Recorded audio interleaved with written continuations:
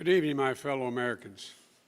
Tonight, I'd like to talk to you about where we are as we mark 1 year since everything stopped because of this pandemic. A year ago, we were hit with a virus that was met with silence and spread unchecked. Denials for days, weeks, then months. That led to more deaths, more infections, more stress, and more loneliness. Photos and videos from 2019 feel like they were taken in another era. The last vacation, the last birthday with friends, the last holiday with extended family.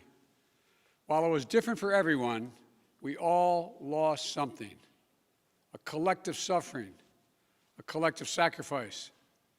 A year filled with the loss of life and the loss of living for all of us.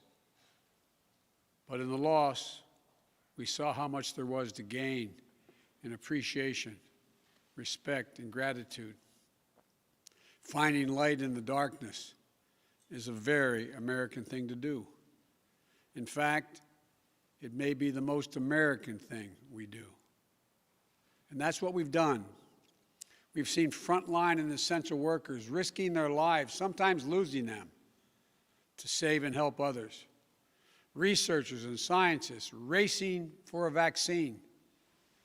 And so many of you, as Hemingway wrote, being strong in all the broken places.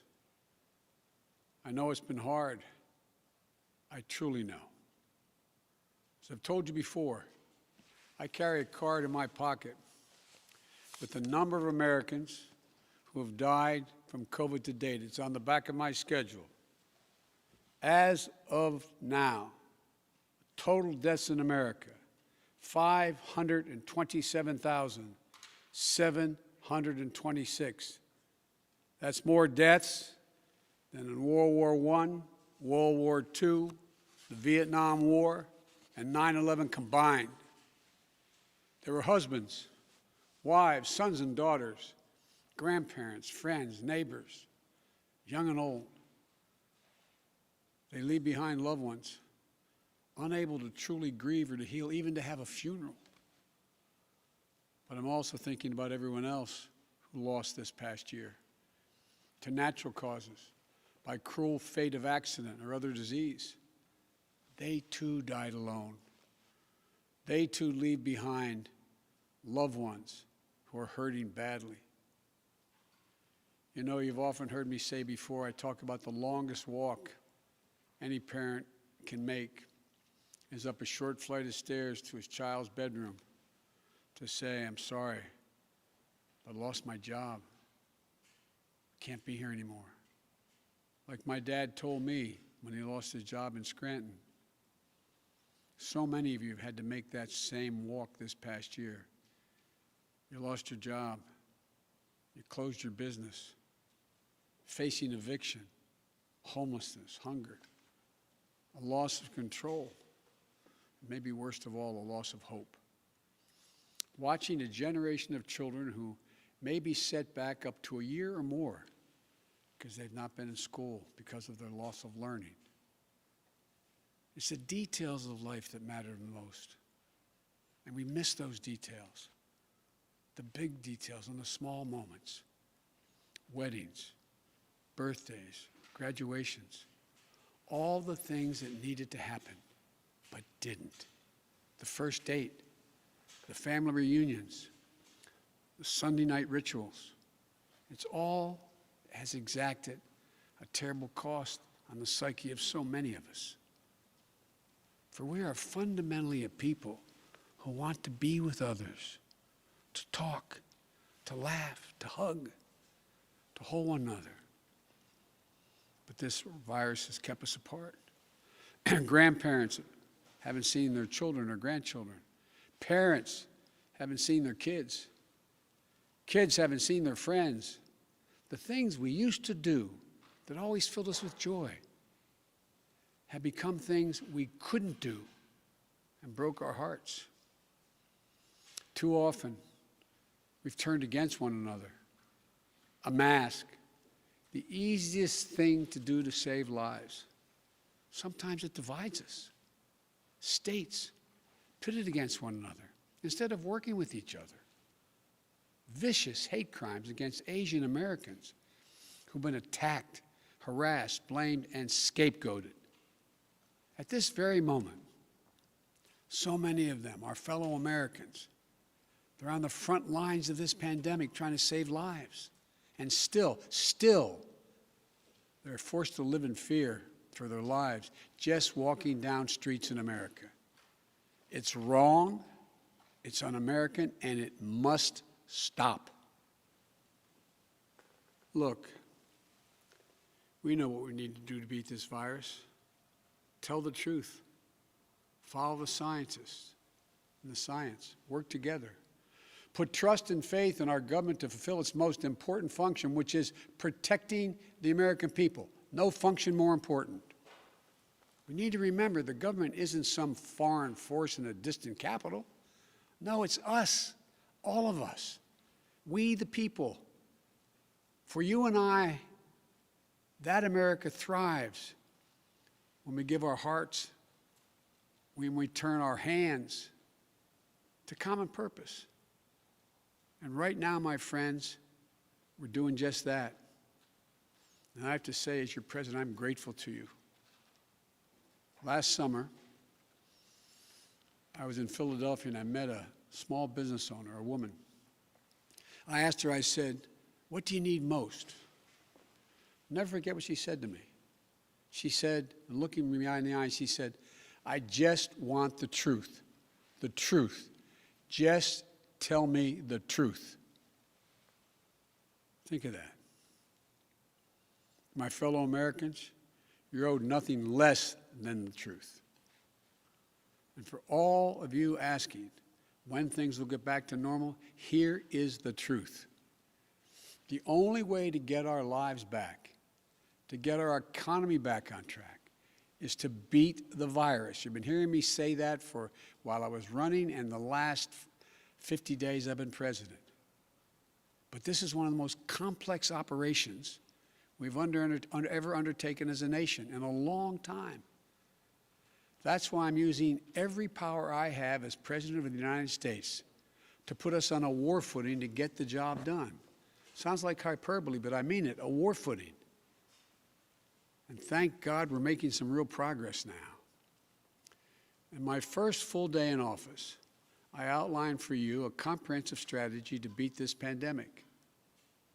We've spent every day since attempting to carry it out. 2 months ago, this country didn't have nearly enough vaccine supply to vaccinate all or ever near all of the American public. But soon we will. We've been working with vaccine manufacturers, Pfizer, Moderna, Johnson & Johnson, to manufacture and purchase hundreds of millions of doses of these 3 safe, effective vaccines. And now, at the direction and with the assistance of my administration, Johnson & Johnson is working together with a competitor, Merck, to speed up and increase the capacity to manufacture new Johnson & Johnson vaccine, which is one shot. In fact, just yesterday, I announced, and I met with the CEOs of both companies, I announced our plan to buy an additional 100 million doses of Johnson & Johnson vaccines. These 2 companies, competitors, have come together for the good of the nation, and they should be applauded for it. It's truly a national effort, just like we saw during World War II. Now, because of all the work we've done, we'll have enough vaccine supply for all adults in America by the end of May. That's months ahead of schedule. And we're mobilizing thousands of vaccinators to put the vaccine in one's arm, calling active duty military, FEMA, retired doctors and nurses, administrators, and those to administer the shots. And we've been creating more places to get the shots. We've made it possible for you to get a vaccine at nearly any one of 10,000 pharmacies across the country, just like you get your flu shot. We're also working with governors and mayors in red states and blue states to set up and support nearly 600 federally supported vaccination centers that administers hundreds of thousands of shots per day. You can drive up to a stadium or a large parking lot, get your shot, never leave your car, and drive home in less than an hour. We've been sending vaccines to hundreds of community health centers all across America, located in underserved areas. And we've been deploying, and we will deploy more, mobile vehicles and pop-up clinics to meet you where you live so those who are least able to get the vaccine are able to get it. We continue to work on making at-home testing available. And we've been focused on serving people in the hardest hit communities of this pandemic: Black, Latino, Native American, and rural communities. So what does all this add up to? When I took office 50 days ago, only 8% of the Americans, after months, only 8% of those over the age of 65 had gotten their first vaccination. Today, that number is 65%. Just 14% of Americans over the age of 75 50 days ago had gotten their first shot. Today, that number is well over 70%. With new guidance from the Centers for Disease Control and Prevention, the CDC, that came out on Monday, it means simply this: millions and millions of grandparents who went months without being able to hug their grandkids can now do so. And the more people are fully vaccinated, the CD will continue to provide additional guidance on what you can do in the workplace, places of worship with your friends, as well as travel. When I came into office, you may recall, I set a goal that many of you said was kind of way over the top. I said I intended to get 100 million shots in people's arms in my first 100 days in office. Tonight, I can say we're not only going to meet that goal, we're going to beat that goal, because we're actually on track to reach this goal of 100 million shots in arms on my 60th day in office. No other country in the world has done this. None. And I want to talk about the next steps we're thinking about. First, tonight, I'm announcing that I will direct all states, tribes, and territories to make all adults, people 18 and over, eligible to be vaccinated no later than May 1. Let me say that again.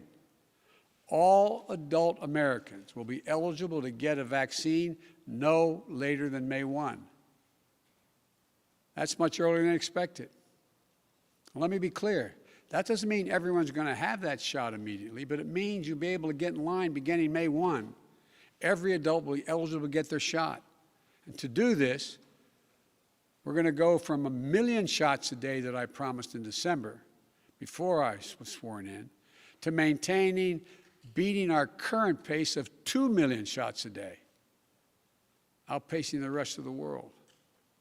Secondly, at the time when every adult is eligible in May, we will launch, with our partners, new tools to make it easier for you to find the vaccine and where to get the shot, including a new website that will help you first find the place to get vaccinated and the one nearest you.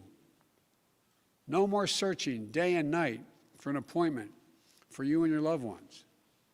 Thirdly, with the passage of the American Rescue Plan, and I thank again the House and Senate for passing it, and my announcement last month of a plan to vaccinate teachers and school staff, including bus drivers, we can accelerate massive nationwide effort to reopen our schools safely and meet my goal that I stated at the same time, about 100 million shots, of opening a majority of K through 8 schools in my first 100 days in office. This is going to be the #1 priority of my new Secretary of Education, Miguel Cardona.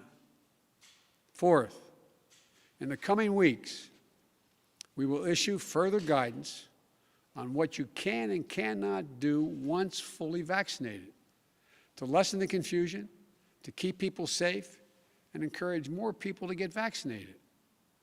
And finally, fifth, and maybe most importantly, I promise I will do everything in my power. I will not relent until we beat this virus. But I need you, the American people. I need you. I need every American to do their part. And that's not hyperbole. I need you. I need you to get vaccinated when it's your turn and when you can find an opportunity. And to help your family, your friends, your neighbors get vaccinated as well. Because here's the point. If we do all this, if we do our part, if we do this together, by July the 4th, there's a good chance you, your families and friends will be able to get together in your backyard or in your neighborhood and have a cookout or a barbecue and celebrate Independence Day. That doesn't mean large events with lots of people together, but it does mean small groups will be able to get together.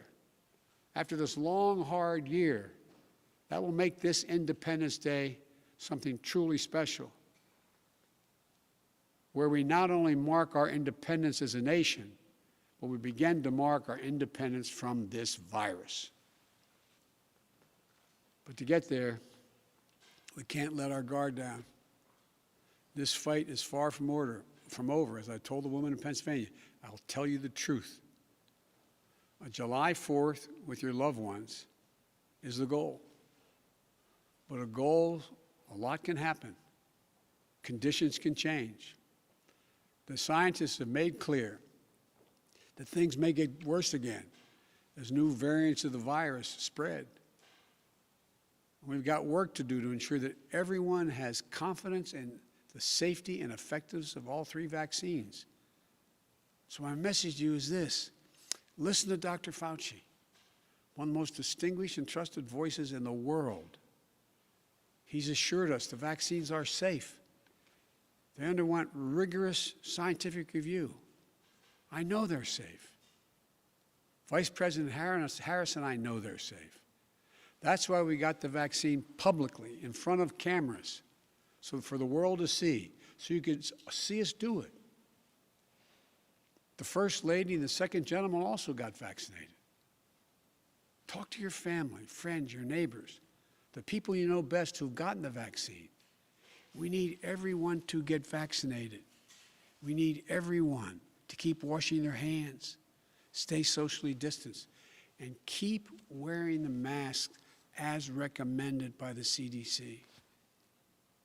Because even if we devote every resource we have, beating this virus and getting back to normal depends on national unity. And national unity isn't just how politics and politicians vote in Washington, or what the loudest voices say on cable or online. Unity is what we do together as fellow Americans.